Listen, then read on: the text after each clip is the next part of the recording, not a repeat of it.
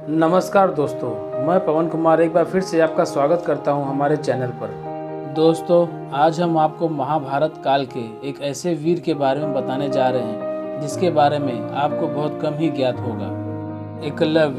एकलव्य जिसका गांव का नाम था सिंगारपुर, जो प्रयागराज से लगभग 45 किलोमीटर की दूरी पर गंगा के किनारे पे बसा हुआ था।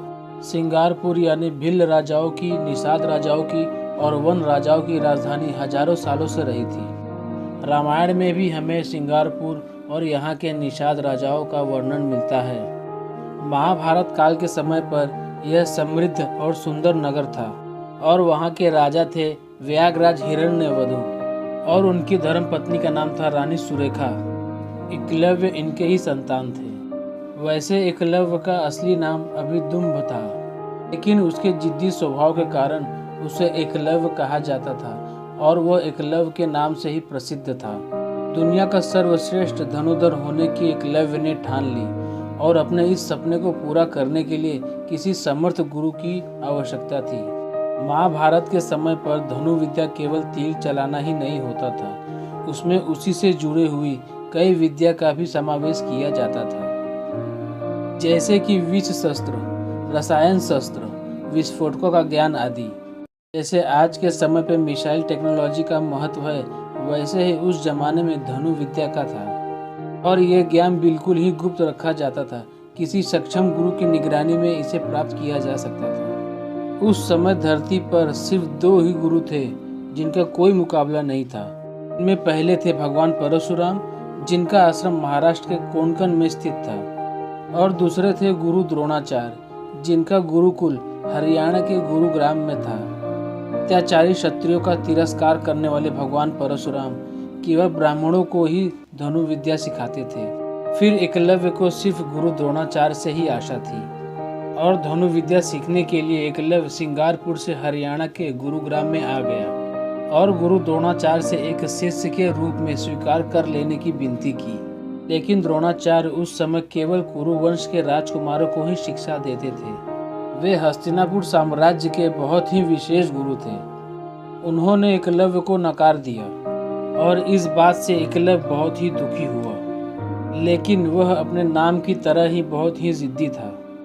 किसी भी तरह दुनिया का सर्वश्रेष्ठ धनुर्धर होने की उसने ठान ही ली थी।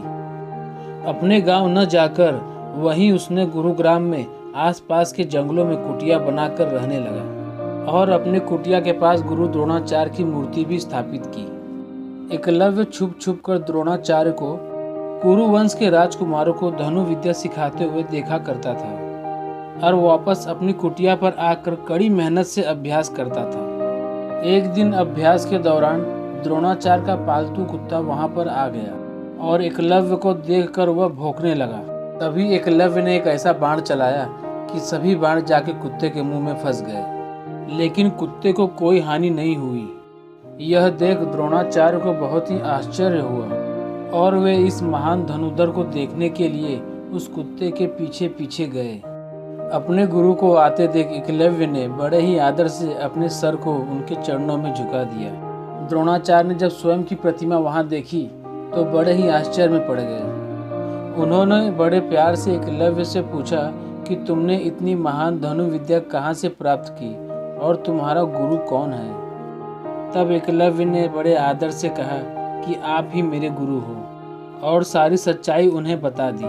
तब गुरु द्रोणाचार्य ने एकलव्य से गुरु दक्षिणा के तौर पर उसके दाएं हाथ का अंगूठा मांग लिया और एकलव्य ने हंसते हंसते अपने दाएं हाथ का अंगूठा काटकर अपने गुरु द्रोणाचार्य के चरणों में रख दिया और उसकी गुरु भक्ति देखकर गुरु द्रोणाचार्य ने उसे खूब आशीर्वाद भी दिया। पर लोगों को ऐसा लगता है कि अंगूठा काटने के बाद एकलव्य की धनु विद्या वहीं समाप्त हो गई, पर ऐसा नहीं है। वह वापस अपने गांव सारंगपुर में आया और 4 उंगलियों से अभ्यास करने लगा और अपने अंगूठे की कमी को उसने अपनी इच्छा शक्ति से मात दे दी और 4 उंगलियों से तीर चलाने में वो महारत हासिल कर लिया था। यह देखकर वन के तीर अंदाजों ने भी 4 उंगलियों से तीर चलाना शुरू किया। दोस्तों, हजारों वर्षों से यह वन लोग, आदिवासी लोग केवल 4 उंगलियों से ही तीर चलाते हैं।